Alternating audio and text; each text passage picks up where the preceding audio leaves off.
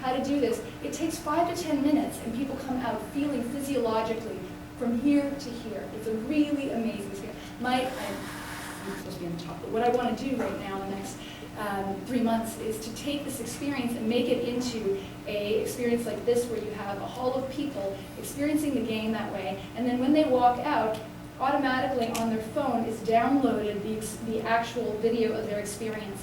And as you could hear with the music, it's this echoey, wonderful drone sound, right?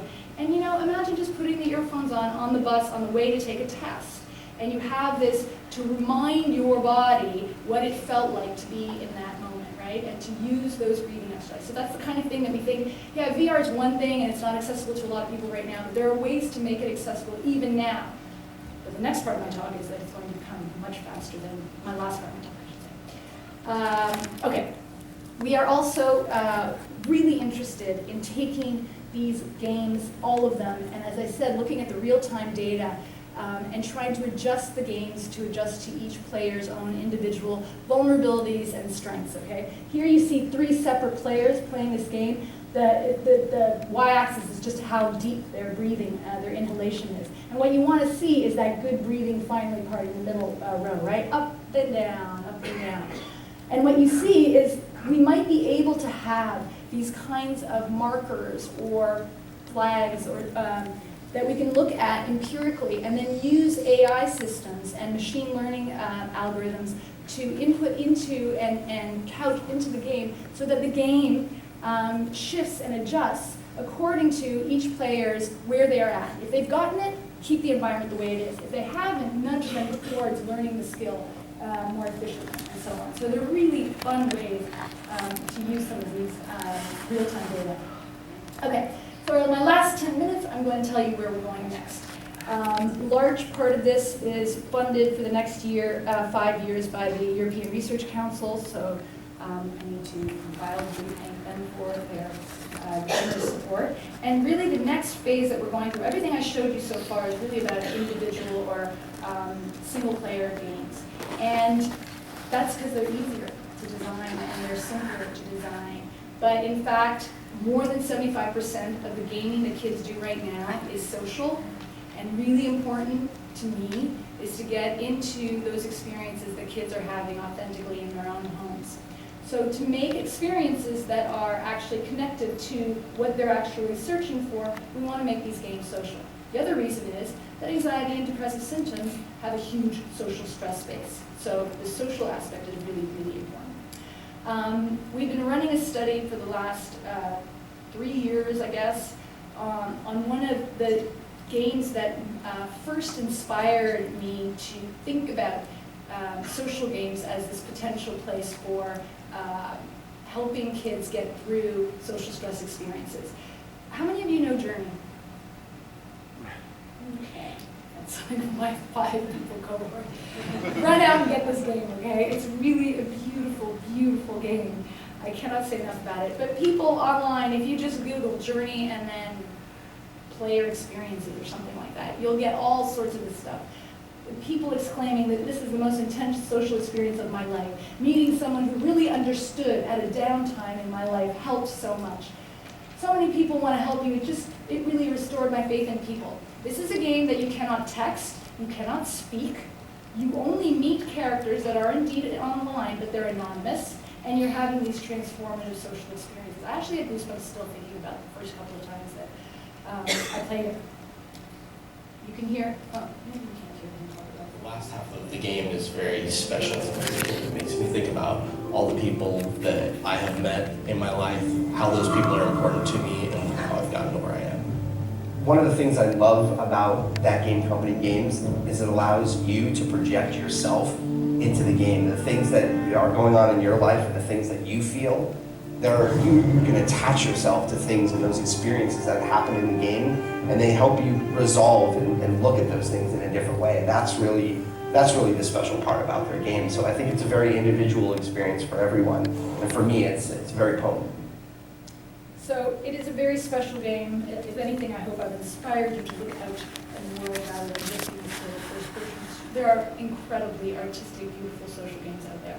And what we want to do is look at this game and other games and look at whether the experience of having intense social experiences and then being left in the game over and over precipitates a sort of meta reappraisal of these social experiences, not as rejection episodes, but experiences that can be recovered and repaired and that are renewable sources of experiences that they can go back to. So that's part of what we're looking at, because we know that depressed kids have a sensitivity to rejection. They tend not to approach people and ask to be helped or to interact with them. And so it may be that these experiences online over and over again, where they are left sometimes, but often are the ones that have to leave, whether they're being called by their mother for dinner, gives them a exposure to rejection, but also recovery that might be really important to look at.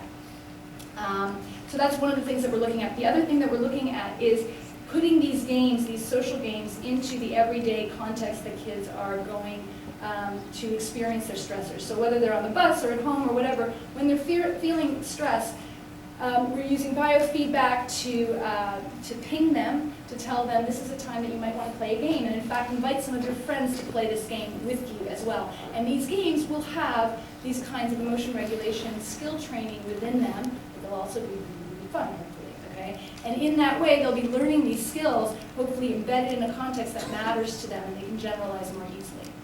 I'm going to give you, this is the last example. This is a game we designed. It's based on a go-no-go task.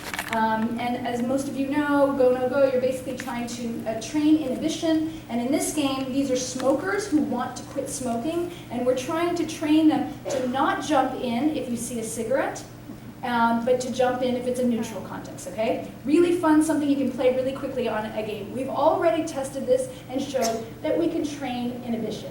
Big deal, nobody's going to be quitting smoking on this, right? Right, most people know that. But what we wanted to do is at least get that inhibition effect, right? Now, what we're doing, now that we just have the inhibition training effect, is we are linking it to a social aspect.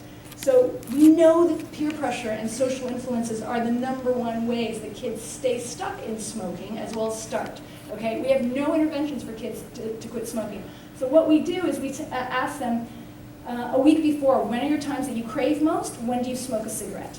We have all that diary data, and then we plug this into the game, and the game pings you to play in the weeks following when you most have your cravings. Okay, it's in between classes, play the game for 5 minutes, okay? Just enough to get over, hopefully, your craving hump.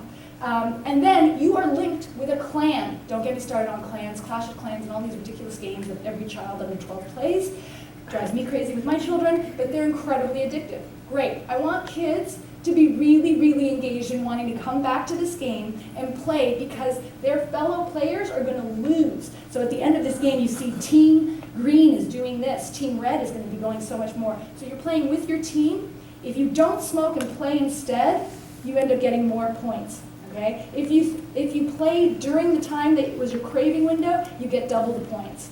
At the end of the day, they tell you that Johnny hasn't played in your team, and that means you get half the points you would have gotten if every one of your team members played. It's peer pressure. But if we can do this, they're playing these games anyway. And we're now running an RCT to see if it works. Okay, I will end with this last one thing, which is, I don't think we're going to be going into a future where we've got big bricks on our heads, okay? This is not where I'm thinking we're going. Technology is going to go far faster past this point, to the point where whether we're using contact lenses or glasses or whatever, we're going to be able to look each other in the eye, but also play with virtual things between us. And it's great. Ken Perlin talks about this world where children will be developing new languages based on gesture, based on the interaction between them, through this virtual world. And I think we should be diving into it and understanding the potential semantics, the grammar around that, the experiences around that, so we can scaffold those experiences like we scaffolded playground experiences in the past. And that's where I think we're going to head in terms of the most impact. And last one point. The other big thing is commercialization. And the only thing that I think is really important is if we partner up with commercial industries, we can get things like our little Artie and Mindlight to be actually the underlying mechanics under these other characters that kids already connect with. And there's lots of potential ways of getting into the homes and families of these kids by doing these kind of inventive collaborations. And now, thank you very much.